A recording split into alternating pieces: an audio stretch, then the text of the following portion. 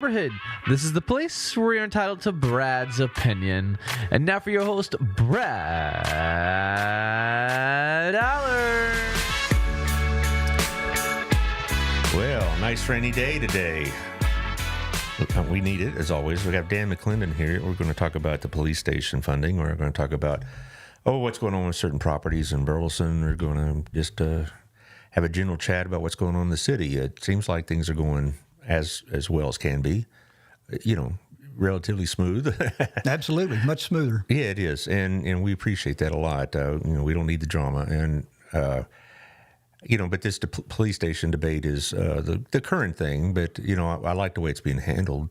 A lot of point and counterpoint, and debate, amicable debate, and that's just what government is having Sure. debates. This is what it looks like, and so sometimes people think they're arguing. They're not. They're just taking a position and making their points. And wish our Congress would do it this way. Right. So anyway, we're going to be talking about that and several other things. But before we jump into the deep end here, let's run through the first round of sponsors. Thank you, CrossFit Burleson. Thank you for your support on 317 Southwest Wilshire. Check out their webpage at CrossFitBurleson.com for plans and classes and times and programs and the whole thing. They got it going on. The two ladies that now run it, Lexi and Bailey, are revamping some of the things. So give them a look. It's a serious workout for serious people. Thank you, Shandy, for what you're doing. We'll talk a little bit about real estate. And I was talking to her, or texting with her more appropriately, about this yesterday. And she's still got some clients and still got some business. But, you read in the papers about how it's slowing down. Not around here, and Dan will tell you that. It's still moving. People still want to move here for all the good things we've got going on here. So thank you, Shandy, for all of that. Thank you also to Otto over at our place. He'd asked me to tell you that if you want to order a pie for Thanksgiving, better do it very quickly because what is the day? The 9th? Thanksgiving's 2 weeks from today. And if you wait till like the day before, you're going to be out of luck. So our place is always a great place. And what I appreciated about them the most is their staff, a very welcoming staff and a very stable staff. You know the waitresses after a while, and that's a good thing. Also, thank you to Chris and Nathan over at Wild Cigar. They got several cigar deals going on right now. They got a lot of, not just discounts, but basically new inventory for y'all to sample and whatnot. So Wild Cigar and Culture is over on the Standard, so check them out.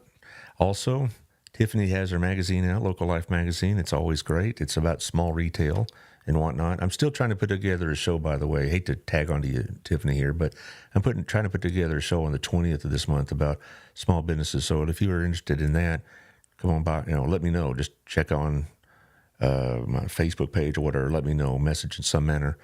And if you want a piece of that action, let me know. But Tiffany does a great job every month. 30,000 homes.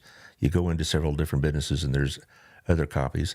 Also, Cody O'Brien and his Burleson Buzz, he asked me to tell you that if you subscribe now, you get a 20% discount. It's already pretty cheap, so that's a bargain, really. So a 20% discount is not going to cost you much at all to get a yearly subscription to the Burleson Buzz. You probably met this young man by now. Yes, I have. And he's Sharp kid. Yes, he is. I've met him 2 or 3 times. I didn't know him before he started this, and he called me up and said, "How do you do these things?" And he's really earnest in trying to get this to be like a local news source. Right. So I'm a little dry today. The medication I'm taking for my back is making me dry. Sorry.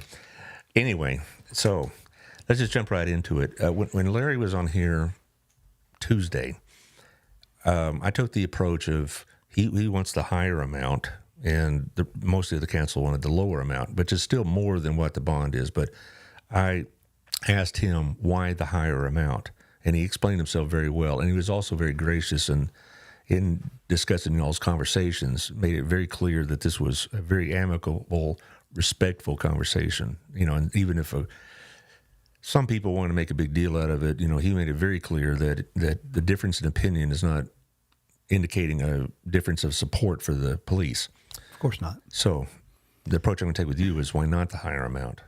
Now, if I remember, it's 48 and 42, right? I believe that's correct. 48, 49, 42 is what we Roughly, settled right. in on. Right. And at the outset, before I discuss anything that Larry said, I want to say my personal take on Larry is that the citizens have made an extremely wise choice in getting Larry on our city council. He is he's a deep digger into everything that crosses his plate. He's a very hard, very dedicated worker, and a man who has an incredible depth of understanding of issues and an incredible memory, which I wish I had. That can rattle off facts and figures as though he experienced them himself. And I have a great respect for Larry, and I'm really glad that he's on our council, because he is just the kind of thing we need to keep us grounded, to keep us on track. And I've enjoyed serving with him. Look forward to serving with him for a long time. What I really like, though, is I watched some of that, and it was like that's what government looks like. A lot of people are kind of turned off because they see what goes on in Washington and all the juvenile antics that go on, and stunts and all that. And we've had that here. Oh yes, we have, and I appreciate that. That's kind of a thing in the past. Right. But as far as debates, difference of opinion isn't the same thing as difference of character, whatever like Jefferson used to say. Right. Okay, I'm trying to get all these others posted here, and there's a bunch here. Anyway, and by the way, talking about the council as it is, don't know if you wanted to go into that subject. Sure, go ahead. No, it's fine. We are in the best place we have been in a very long time to take care of business, to get things done, to make good and sensible decisions. The new council members, Adam and Phil, people that I know very well, that are very dedicated and have a amazing skill set. Adam is a financial wizard. Phil has the deep background in school, which there's always a lot of interaction between city and school that's important. Yeah. And then, with Victoria, with her depth of understanding of the higher levels of government that she's been involved in the past in her career. So we have an extremely strong team on council right now, and I think we're in a really good place. Yeah, I think this debate you're talking about with the police station number, if you look at where we all are from the lowest to extreme to the highest extreme, is a fairly small percentage. We're all in good, strong general agreement about what to do, almost down to the last detail, and that's something that I think we would have had a very difficult time achieving with the council as it has been in the recent past. So. Well, right, and as far as my perspective, I'm an outsider to this. I don't sit in the executive sessions or don't have all the details. It is my understanding that the bond allocated $36 million for the station, and then the police come back and say, actually, we're going to need more because things have changed, as they always do. Right. And they were requesting 48 to 49. And option B, I believe, is the 42, which is what the majority of the council went. What would be the problem in taking that 48 or 49? What would be the issue if y'all all went to the higher number? I think we could have done it. And my personal discomfort with that idea was that we would be in a very much weaker position had we committed to that to be able to deal with any other needs that may have come up. Larry made a point I hadn't even really thought about, that we actually put not 36 million but 52 million as a public safety initiative. So it would have been possible, although highly undesirable in my mind, to take part of that and shift it over from the money that we set aside for other public safety, like fire department, specifically fire department. Okay. And so that you are correct, but Larry made a good point that we didn't say 36 for police and 18 for fire. We said 50. That doesn't add up. But anyway, yeah, right. The rest of it for fire, we actually put it as one initiative. So he is correct, but I don't think anybody on council has ever gotten behind the idea of giving fire any less. In fact, that's my concern with the higher numbers, is that the more we get away from the bond debt and into GO bonds or shifting things, or CO bonds, and shifting things from other recognized needs and putting them into this. One thing that keeps coming back to mind is looking at what we started out with the bond committee was a lot higher number than we wound up with for police, and a lot lower number than we wound up with for public works and infrastructure. And to me, that's a dangerous situation to play as well. And to get back to your question, why not the higher number? One reason is because we've already taken some of what we decided to apply to public works, to infrastructure, a couple of projects that we decided to delay in order to clear up the funds. And that still didn't even get us to the number that we needed to get to the $42 million option. So the farther and farther we went towards committing debt capacity that we don't even have yet to a project that hasn't been started yet, the more nervous I get, because we need to understand that we don't know in 2023 what we're going to recognize in 2025 as being a need. You know, we may guess at it, we may try, but we can't accurately predict everything that we're going to need. Well, is it my understanding, is it correct or not, that if we did go to the higher number, any shortfall that happened to, let's say, the fire department, whatever, have to be made up from like the general budget or something like that? Because I know y'all are very, very adamant of keeping the tax rate as low as possible. Sure. And that was a thought in my mind as well, that, you know, we've seen this police station number since the bond election jump by 15% to the minimum number. And that's primarily because of inflation, right? Construction costs. Right. Yeah, and I'm in the construction business, and I'm well familiar with it. My company now does $30 million a year worth of work with exactly the same people that we had doing $20 million a year, 5-8 years ago. So obviously we're performing the same kind of work, not any more of it, haven't built the company up. It's just a simple cost, and it's not our money. It's just the money that we pay for materials, for supplies, for fuel, for everything that we have to buy, and that cost increases. So it's not a surprise that the cost increased, but if the cost increased for the police station from $36 million to a higher number, then why would you think that it wouldn't increase from the estimates that we use for other purposes, not just fire, but also public works? So, you know, as an ex-teacher and still involved in the schools, every time that we had to deal with the bond issue, you know, it seems like when we pass a bond, like we last bond we passed, I think it was like 2006. Even before we started constructing, it took more money to build Centennial than what was planned, and people accused the school district, to be for lack of a better word, of lowballing the people into the bond. And that's not really what happened. It just the cost of building every month or every year seems like was a little higher than it was before. And so what was spent on Centennial was a little bit higher than what was projected. And it wasn't because we intentionally, I was on that committee, so and we had the facts about this is how much it would cost to build that school. And then when it was ultimately built, it was like 10% more than it really did. And people were thinking that we misled them. Exactly. Yeah. And that's what the fact that its sentiment is not coming up in the community right now is simply because this is related to police. And, you know, there's never been a council member that ever ran for office that didn't say I'm supporting fully public safety, police, fire. I get that. But if you think about it and try to contrast the situation we're in this moment, let's just say, for instance, that we'd gone and put a $36 million city hall on the ballot. Good luck with that. Now, you have to ask yourself, first of all, would that have even passed? It'd been close. Okay. I mean, and then if it did, and let's go on with that same thought, let's say it had passed, and now we're coming back the next year saying, well, that $36 million city hall is now going to be $49 million.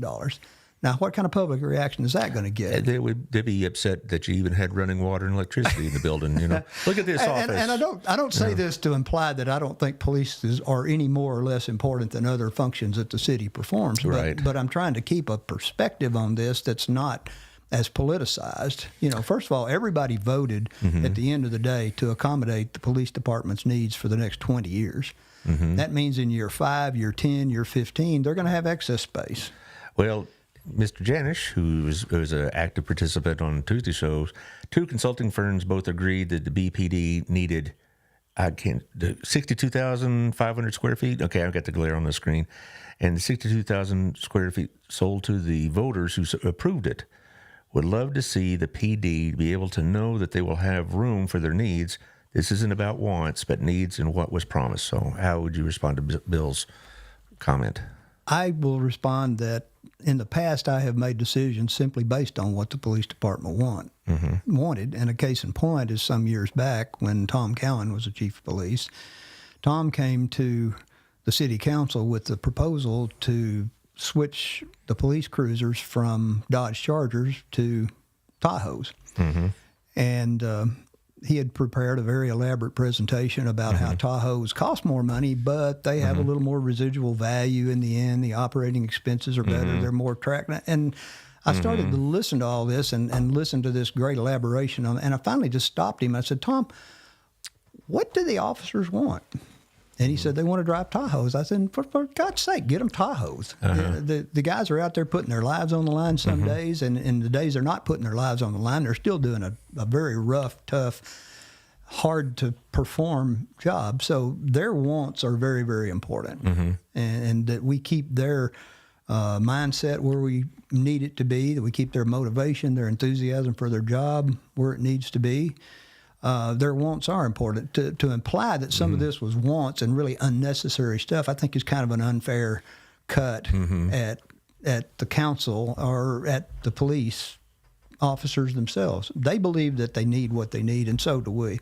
It's the difficulty of trying to draw a line somewhere to make this balance work between what the voters are expecting, what the tax rate is, what our debt capacity is. All those things have to be taken into account and balanced against the requests for space, for services, for training rooms, for the various things that the cops have asked for. So, well, when the bond was passed about a year and a half ago, was there anything specifically promised, like certain equipment, certain square footage, certain types of facilities? Was that, or is it more generalized? Well, as I recall it, the bond number was based on a smaller number than the 62,500 feet, because that was the latter number that was developed by the Matrix study, if I recall. And as I said when we were off camera a while ago, numbers are not things that stick in my head and work really well. So anyone's welcome to correct me on it. But I believe the space requirement grew quite a bit from the BRW study that we did first up to the Matrix study that we did later. And the Matrix study was what came out at 62,500 feet, if I remember. Well, yeah, when I remember the bond, I wasn't able to vote on it. I thought it was a more generalized number, but, and that was some of the criticism of the bond, is that it was too nebulous and all this, and it narrowly passed. Well, and let me say this. The fact that there was a second study on this has a whole lot to do with the council's, mine specifically, reaction to the actual sheer magnitude of a $36 million initiative. Right. Which, with the bond committee, I don't remember the number they originally started out to consider, but it was much smaller than the $36 million number that was eventually approved by the bond committee and sent as a recommendation to the council. Is this additional $6 million strictly because of inflation, or is it because more is now that we have some movement towards a new police station, other needs or wants have been discovered? It's perhaps both. I know that the construction estimate had gone up $1 million or so from the $24 million construction cost at the time the bond was issued, or bond vote was taken, to the current day when we looked at the options that were presented to us. So the in-budget option, the actual construction cost, had already escalated a couple of $1 million, if I remember right. Well, Bill says on page 3 of the bond handout for voters listed 62,500 square feet. Okay. All right. I don't know, because I remember Mr. Fletcher came in with when he was supporting the bond. He came in with all the brochures and the information, and so. Right. I didn't inspect it as closely. I wouldn't challenge Bill on numbers, because I know he's got them down good. Yeah, he does. He's very active in this, and he's very active. He's taken he's been very outspoken, and I'm going to take he's usually right. So. Well, I want to take the perspective of the fire department, though, because they probably, I don't know if they heard the show Tuesday or not, but if they thought the money was going to be at their expense, I'm sure they'd have a reaction to that. I mean, because they put their lives on the line just like the police do. No, this is not at their expense, and the financing, if it's at the expense of anything, it's actually at the expense of a road project that we decided we did not need, that was worth $7 million, that we could put off out of the current 5-year plan into some future plan. That was the first thing to fall, but even that didn't get us from where we were to where we needed to be. Hey, Larry mentioned some road projects, and I wasn't quite familiar with the territory he was talking about, because we're growing all the time, and they mentioned certain road construction projects that had to be postponed. Right. But you can also make the point is just driving through Burleson, is getting to be a little bit more of a hassle, because the streets, particularly some of it you can't control, like Wilshire. I got it, but Right. it seems, when you have construction going on Renfro, man, you got a problem because they had some going on near Old Town last couple of weeks. And it was like driving through Dallas, and so something has to be sacrificed to make this either higher number work, right? Right. Uh-huh. Yeah. The projects were Wicker Hill and Greenridge Drive. It affects on the southwest side, and Okay, good. At That's the what moment, we had done an extension of Lakewood Drive across the railroad track to offer some accessibility in that area that relieved the need for that project a little bit. And I'm not saying delaying that project was a bad idea. I'm not saying that at all.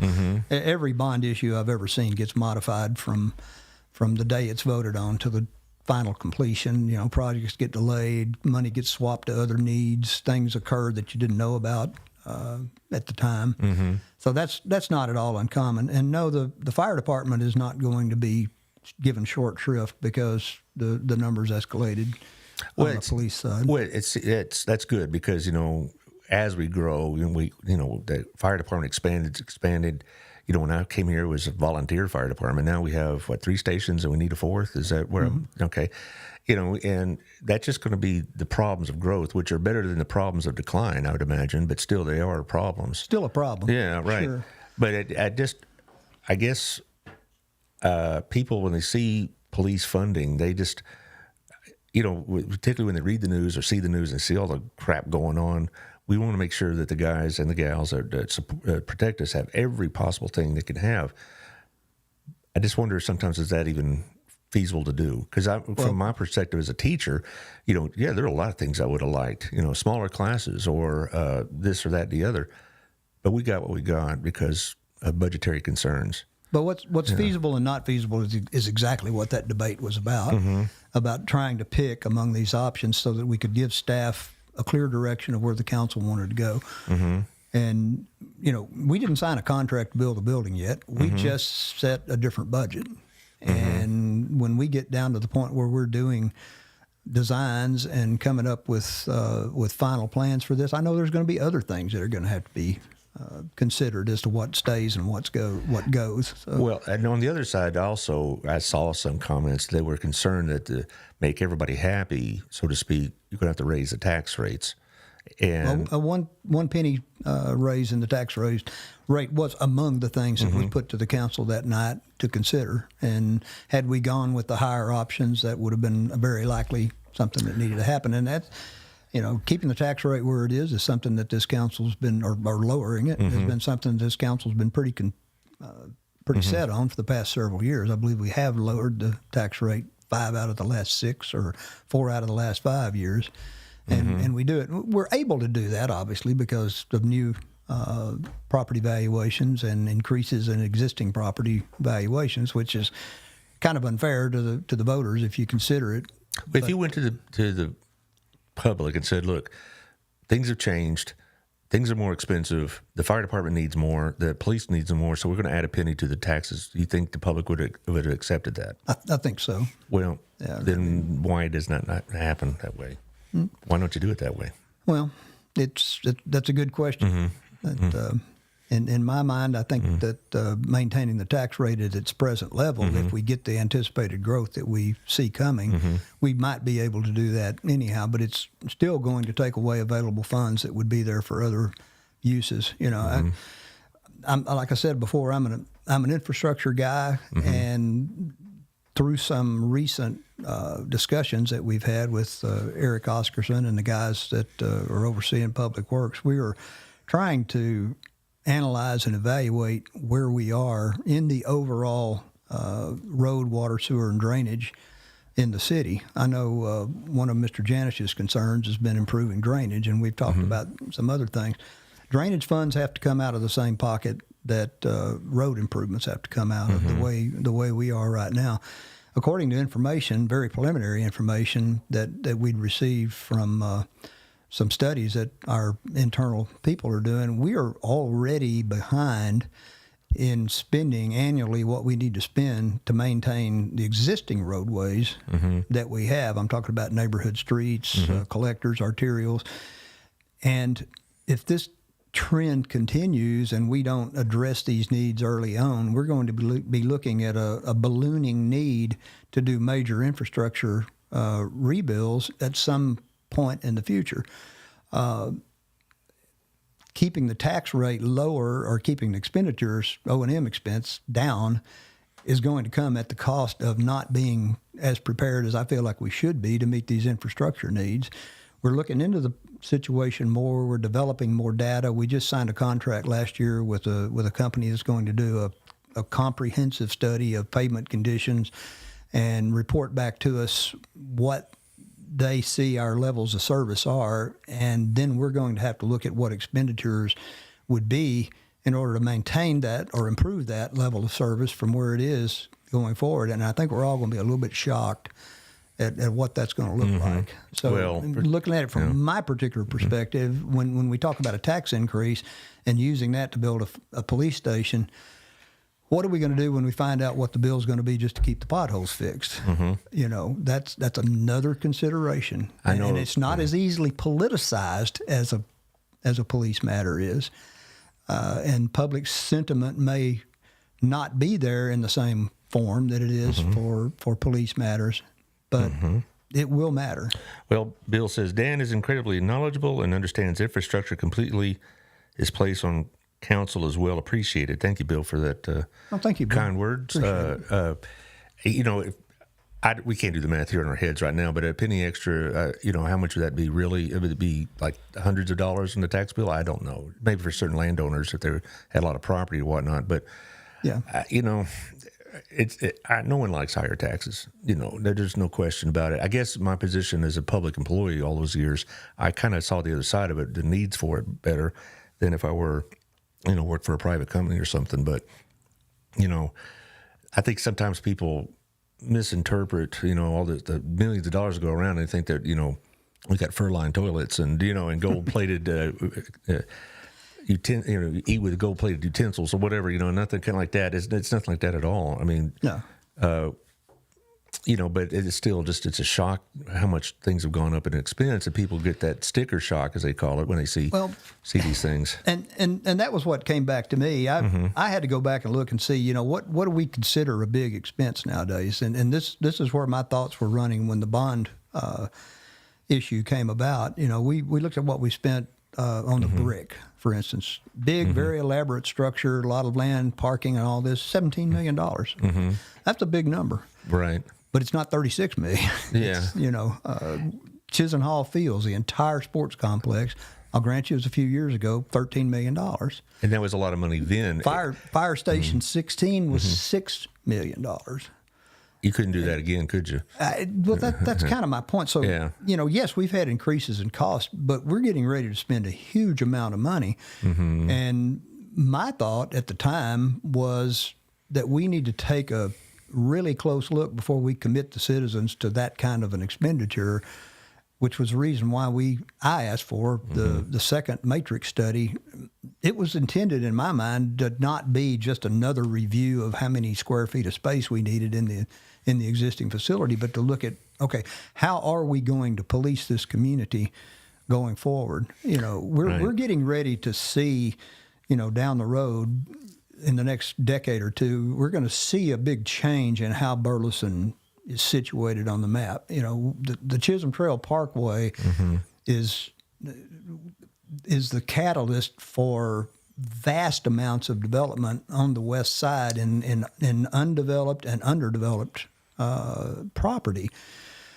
And I see a situation, and this is kind of looking far down the line, but I see a situation where we have a core of Burleson that's in the original area, and we have a core of Burleson, let's call it, for the sake of argument, West Burleson. And it's going to be a dense community built along the area where Burleson city limits interface with the Chisholm Trail Parkway. And so if we're going to police this, what's becoming a more divided community, do we need to do that from one common location? Should we be looking at a satellite location? You know, not just so much what space we need, but how do we go about performing this function of keeping this community safe and patrolled? How's the best way to do it? It's interesting you mentioned that because I've lived there quite some time now, and I never thought of Burleson as having different areas. I always thought of it as just a whole. It isn't like it was a place where most Burleson was kind of similar. I think with that Chisholm Trail development, you're going to have, like you mentioned, maybe a part of our community that's going to be almost segregated, so to speak, not in a bad way, but it's going to be. I know what you mean. All right, yeah, right. We're not going to segregate Burleson. No. So don't jump on me, Mr. Biden. I'm just saying that it's going to like almost like a subset or sub area of the community, like you have in a bigger city, because we're getting to be a bigger city. Precisely my point. And what I'm trying to say is that community is going to be a community built around now readily available quick transportation to the economic engine of Fort Worth. And that part of the community is going to be looking in that direction. The other part of the community that exists now and what's built out around it is centered on Interstate 35 and within the town itself. So I see the need to be looking ahead at how we maintain being one community when we are split apart. We've got density going over there. We've got densification going on in the core community. More dense population growing there, and then just single-family homes built around a community center like we have going on out there now. We've got the addition of Craft Masters, the school. There's going to be a support community come up around that. The better connected we get to the parkway, the more and more quickly that area is going to expand and densify. Well, segregated was a bad word, but what I was intending to imply was that it's going to be almost like a sub-community within our community, which is the effect of growth. I mean, right. You go to Fort Worth, you go to Dallas, you go to bigger cities, and there's like areas of the town that are almost unto itself. Right, and so it's but it's a node kind of development. The original town node, we could always expect that it would continue to grow out from the inside, but now we have a different core over on the other side that's going to grow out from that. So, trying to keep in mind what that looks like and what it's going to look like. Well, I'm going to go through the second round of sponsors, but I'll leave you with this. We need more roundabouts. Okay, let's go. And car washes. Yeah, car washes. Anyway, thank you, Gail at Southern Gym. She was on last Thursday, and she got all this Christmas stuff going on. And if you want to have some jewelry repaired, appraised, designed, you better do it now because she's filled up really quick. My wife works there, as everybody knows, and she tells me that they're getting people coming in and they want to restore a piece of jewelry as a gift, or they got something from their grandmother they want to give, and they want to have it repaired and all this in it. So if you had that in mind for Christmas, it's going to be now or maybe never. Well, not never. You can always do it in January, certainly. But I'm just saying, if you want it on Christmas Day, you better do it now. I've been in there a couple of times, to drop stuff off for my wife and whatnot, and it's busy, and that's good. That's a good thing. So Southern Gym over at the Standard next to American Revelry. Also, our friends over at Old Pro. This business, Old Pro, was started by our late friend, wasn't it? Matt Aiken. Yes. He was a former student of mine, and it's been, great man, 25 years or something like that. It's been a long time. And even then, I saw him as a very bright and accomplished young man. And so when he became an attorney, I said, that's about right. It's perfect, And then I did not know until recently, until John Williams here told me that Matt and his brother Corey had started that business, and unfortunately he passed. But he was on the council for several years, and we all extend our sympathies. I've known Matt. I believe his mother used to own that bakery. Is right? You remember what I'm talking about? No. There's a bakery she used to run, and it's right next to Art Brooks' State Farm office. Oh, Sweet Imagination. That's it. Was that hers? That was hers. Yes. I did not know that. All right, so I remember that a long time ago, and we used to use it. Now, I don't know what's in that place there now. It's been a while. But anyway, if you have a roof need, call John Williams at 817-734-2756, and he'll check it out. It's really nice to know your roof is in good shape when you have bad weather. Bad weather is not the time to find that out.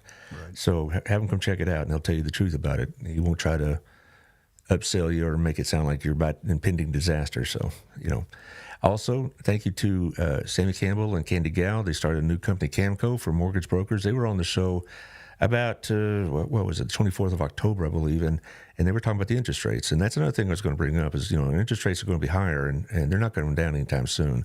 And even though they are higher, they would advise you to call them and they can help you find the best rates possible and other information. They're very good at that. They've done 2 refinances for me. I had some home repairs I needed to do, and also some college bills I needed to pay, and I was able to do that, and it was no fuss, no muss. It took less time than what you usually hear about. Also, do we have anything else? Cobb Plumbing. That's right. I forget. This is a new sponsor. Cobb Plumbing. They've been around forever. Bill Cobb and Mike Cobb, and now Matt Cobb runs it now. And he says if y'all say that you miss this, no, sorry, I'm reading something off the screen. I'm really bad about doing that. See, we were talking about before the show. I can't keep 2 thoughts in my head at the same time. But if you tell Matt that you saw this ad on my show, he'll give you 10% off the service call. But Cobb Plumbing have done business with us. They've been in my home. They do a great job. They vet their people very well. So you're gonna, not have some weirdo in there or something like that. A lot of people these days are concerned about who's coming into their home, right? And the Cobb people are very, very diligent about who represents them and their business. So give them a call if you have some plumbing needs. Sarah Carlson here says that Morgan's Ice Cream is where Sweet Imaginations used to be. Okay. I need to go in there, but being diabetic, ice cream is a fond memory. You wouldn't have liked Sweet Imaginations either. Yeah, because when that's before. You could get a sugar high that wouldn't quit. From that was cakes. Before. I was a younger man then. Yeah. I always liked they had a special cookie that they had was like chocolate center to them, and they were great. Mm. Maybe that's why I am diabetic now. Who knows? But one last thing about the interest rates: are y'all concerned about? We talk about financing these things now. It's almost like the need to build needs to be ASAP. Sarah says it was thumbprint cookies. That's exactly what they were. All right. See, you distracted me, Sarah. Anyway, the point is that they have had, if you don't build it now, it's going to be more expensive later. And that was also one of Larry's points in general, is that it's not going to be cheaper later in the future. We need to do, if we're going to build these kind of things, we need to do it while, the prices are what they are and the interest rates are what they are. That's always the impetus on a major project because prices do tend to spurt up and then level out. Interest rates tend to go up, come back down.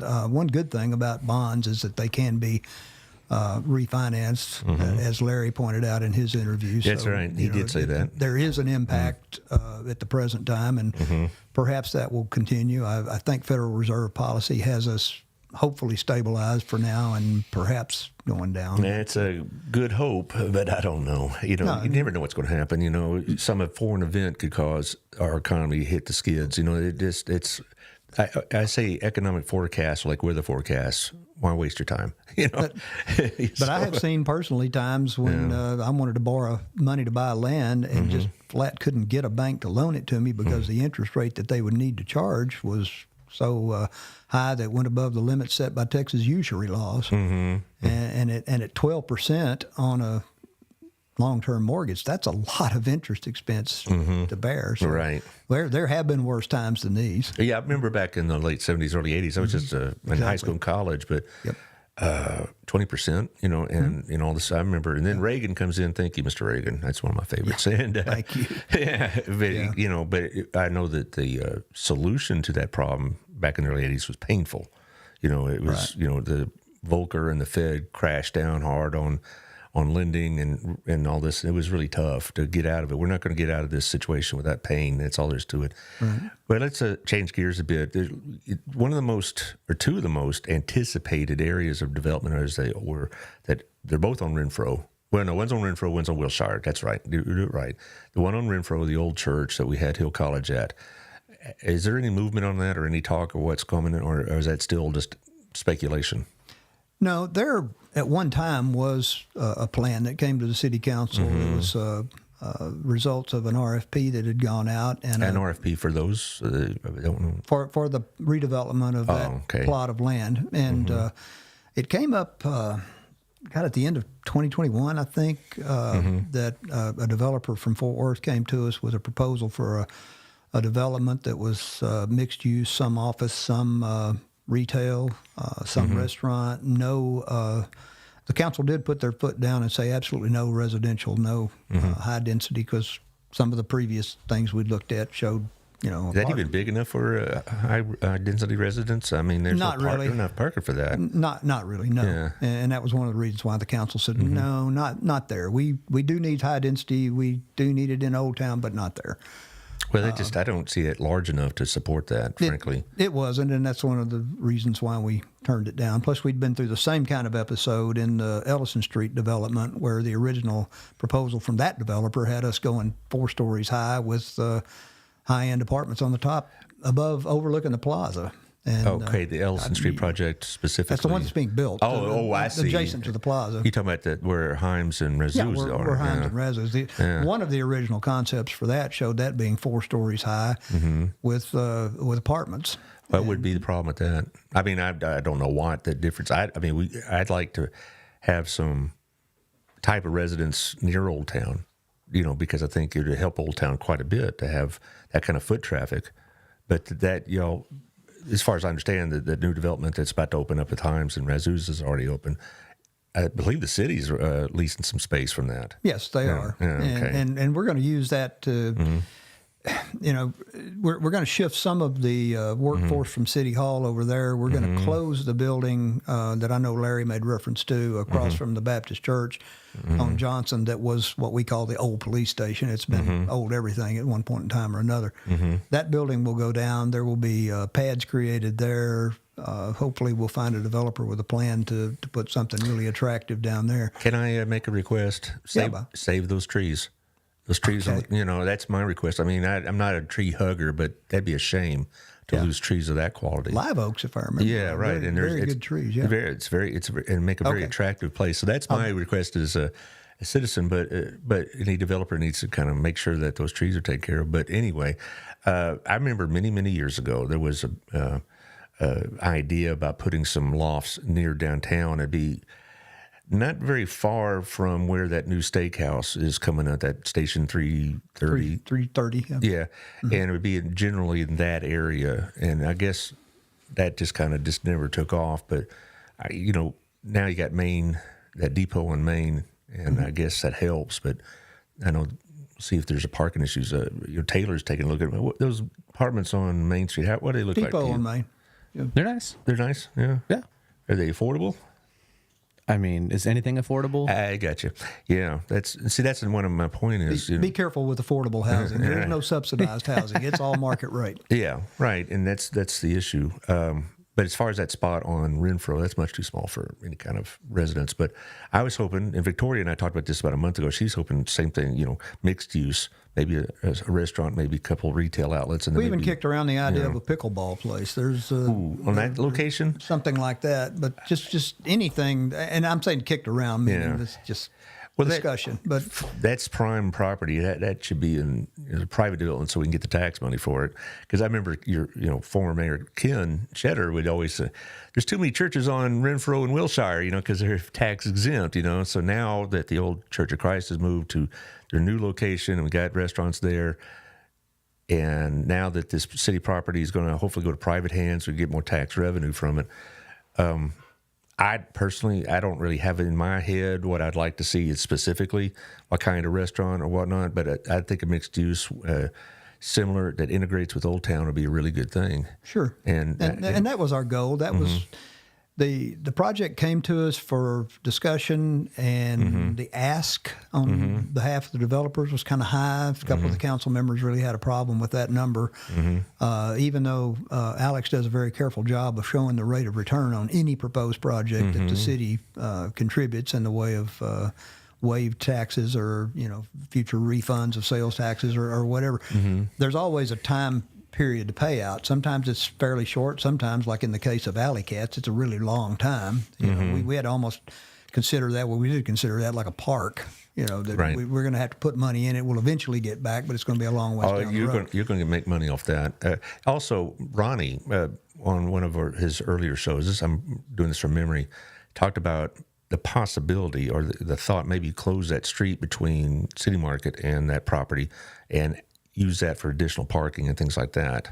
That might help alleviate some of the parking concerns. Just take that street out. I don't know how many people particularly use that street. I don't even know what it's called. It's just a little Scott. Yeah, it's just a little, whatever. About 1,000 yards long, right? Right. And maybe that would help with the parking issue some.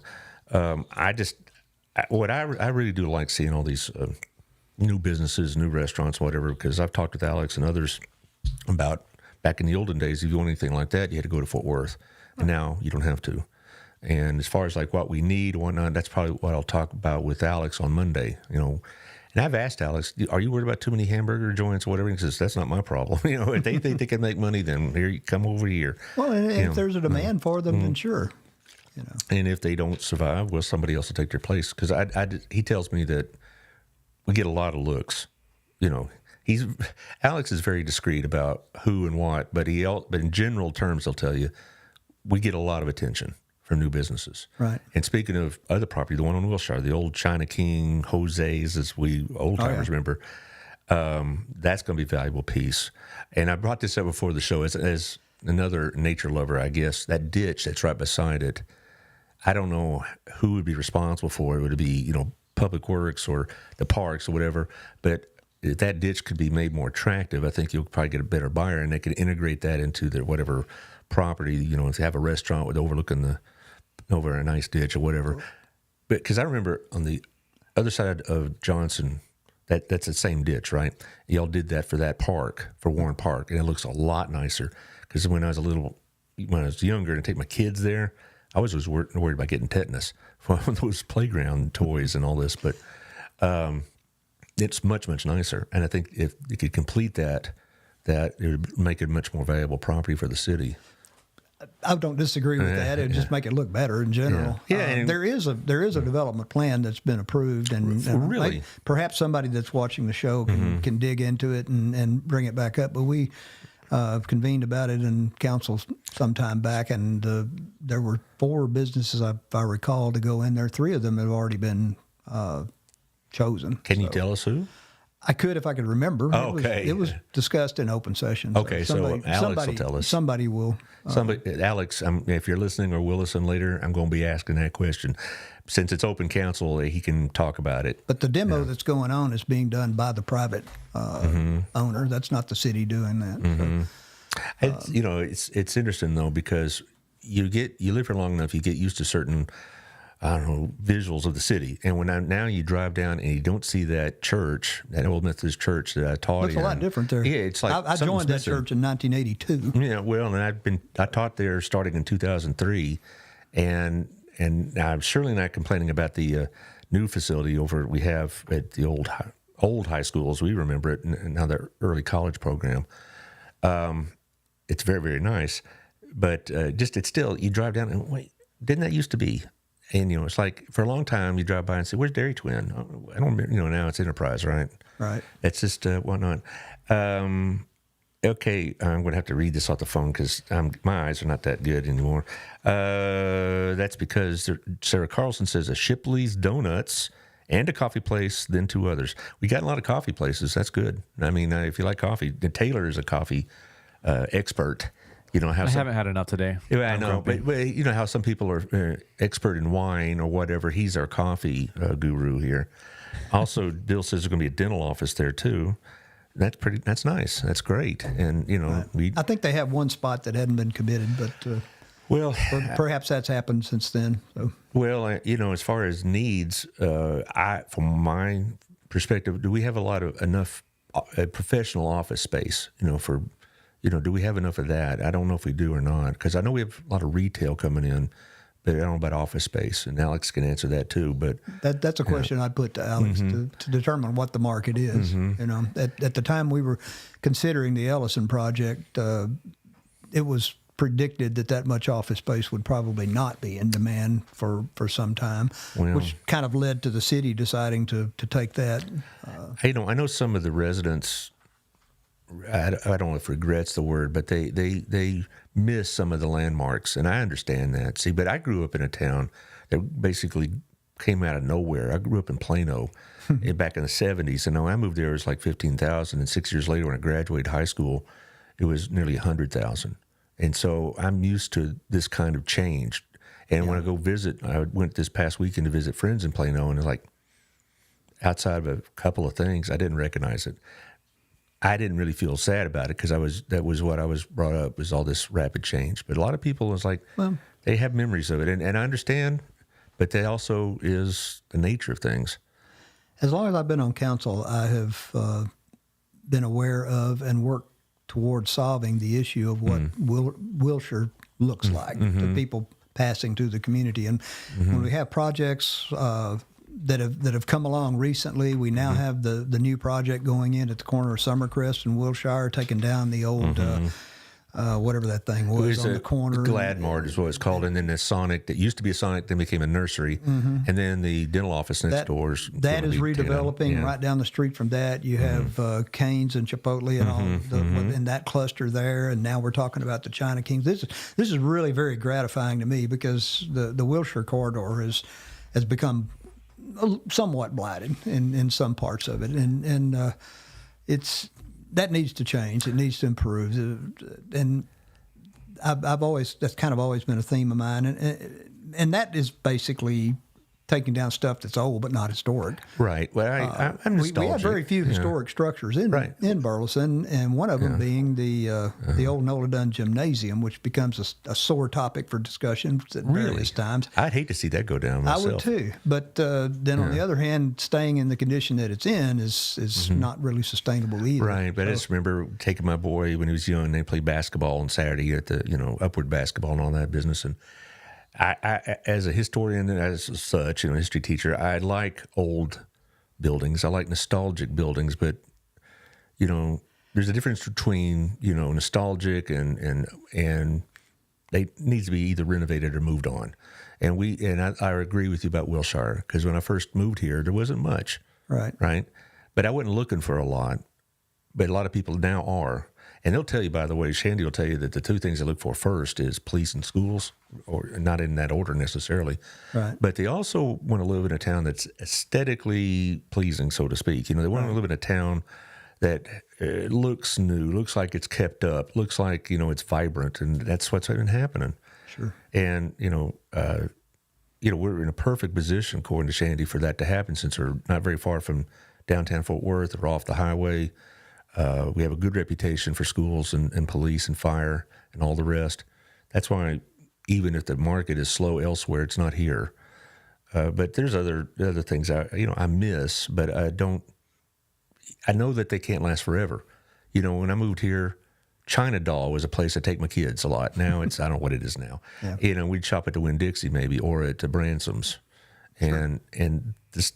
That's just life. It moves on like that. It's kind of sad, but it is what it is. It's better than the alternative. You see some towns that are declining, and it just a sad feeling permeates it. Where would we be if not for the foresight of our council and our mayor back in the early 2000s? The trigger events of landing the Babes restaurant and the Fresco's restaurant became the core of what has now gotten to be an entertainment district. Right, and there's more to come. Of course, now Moon Towers. I love Moon Tower. I liked their pizza, and it was affordable, and had you get a $4 glass of wine with the pizza, and now it's going to be another business, a lumber yard, I believe it's called, and and you think, well, do we really need one more of that? And like, apparently somebody does, because they're putting their money into it. Right. And so they must have very optimistic projections about our community to spend that kind of money to make that kind of project work. I mean, that steakhouse at Station 330, that's nice. I mean, it's a very nice exterior, and I'm sure the interior is nice as well. Sure. And it just does amaze me. What that all contributes to, in my mind, and my overall view of the city of Burleson, is that, travel up and down Interstate 35 is very taxing, very troublesome, very annoying. Yes, it is. When I moved to Burleson, it was never expected it was going to be anything but a bedroom community. It was where people could live out, away from the hustle and bustle of city, urban living, and kind of be in the. But all the changes that have taken place in the 45 years have shown me that what Burleson needs to evolve into is a self-contained community with all these things that are necessary to keep people and families sustained in our own place. Every time we create a new job that's sustainable for a family to live on in Burleson, we get one more car off the road headed back and forth to Fort Worth or Dallas, wherever they're going. And over time, I think to grasp the vision of Burleson as being a self-contained community is a very broad-scale view. But I think it will happen, and I think it's important to recognize the role that the Chisholm Trail development will play on that, and the kind of development that we allow to happen in Burleson. I've always had my foot on the gas pedal as far as industrial development that creates high-paying jobs, that creates places, and making sure that we have a mix of housing in the community that can accommodate people that are working in those jobs. I've been blessed to be able, since the 1990s, to live and work in the community. My office is in Burleson. I live in Burleson. I enjoy what it's like to be in that contained community. And I would like for more and more people to be able to say that, well, I live in Burleson, but I work in downtown Fort Worth. No, I live in Burleson and I work in the business park. I live in Burleson and I work in Old Town. I live in Burleson and I work in Burleson. This is way off in the future, and it's kind of off the topic a little bit. Do you ever see Burleson having public transportation, like a bus system? Within the city, you mean? Yes. Perhaps, but that's way down the road, I know. Way down the road. Look at the size of Arlington, and it does not have it. Yeah, so, they need it because but I just wonder, and I bring that up because, traffic is, getting more intense, as you well know, and I just wondered if that ever came across as maybe we need like a shuttle system, not like a big old bus like you see in Fort Worth or Dallas, but maybe like smaller shuttles that go around town. But that's a long time in the future. That is. I'm going to shift one more time and say you're up for re-election, or if it's your choice in May, are you going to run for re-election? Oh, absolutely. Okay, good. Yes, sir. We definitely need you. Thank you. All right. I know this is like you said, this council is working well together. I don't know why we want to disrupt it. I think your knowledge of the infrastructure problem is unmatched, and that's what I like about this council. Is like somebody's always bringing something to the table. Sure. You mentioned Phil. I saw him when I was at an event at Gala's or Southern Gym, and he's been here a long time. We worked together for a long time, and so he knows the people, and you all bring strengths to the council. And this is, I don't know, it's reassuring to see it work. Take Adam Russell, for example. We recently just reorganized the finance committee, which I've chaired for many, many years. When Adam comes on board and I talk to him and I understand the things that he knows and what his specialties are, I decided I'm giving up the finance. I'm going to let this guy run it. He's more into that than I am, and so now he's the chairman of the finance committee, and I'm just on it. So, well, I'm glad you're running for re-election. I really am, yes, sir. And it makes it reassuring that the stability will continue. I plan to be around for a long time. Well, we'll have this conversation again in 2-3 months, after the formal declaration, and you can talk to you as not just a council member, but a candidate for re-election. And I'm sure by then there'll be a lot more issues come up. Sure. I like these issues. This is what government looks like. Right. And I wish our friends up in D.C. or down in Austin could learn these lessons, but there you go. But anyway, thank you, Dan, for your coming in. I appreciate it. You really did explain things well.